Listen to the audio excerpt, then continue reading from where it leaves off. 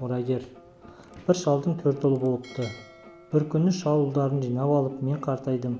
Біреулерің үй иесі болатын уақыттарың жетті. Кімнің ақыл байлығына сай болса, сол мұрагерім болады. Әрқайсың маған байлықтарың мен ақылдылықтарыңды көрсетулерің керек дейді. Үлкен ұлы асыл тас салған жүзігінің көзін көрсетіп, міне менің байлығым.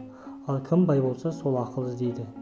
Екінші ұлы асыл киімдерін киіп әдеміленіп келеді де, мені осы түрімде көргендер ақыл мен байлығымның алдында бас иеді дейді. Үшінші ұлы күміспен және алтынмен апталған белдігін буынады да, мұндай белдікті ешкім ешқашан буынып көрген емес дейді. Әкесі үлкен балаларына қарап басын шайқайды да, ең кіші ұлына бұрылып, сен неге үндемейсің? Сен қандай байлығыңмен мақтанасың дейді.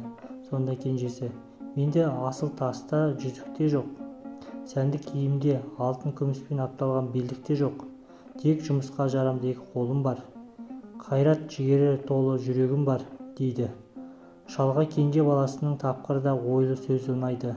Жұмыс істей білген адам жұтамайды деп өзінің кенже ұлын үй шаруасын басқаруға мұрагерлікке атайды. Үлкен балаларының інісінің айтқанынан шықпай талабын орындауды өсиет етеді.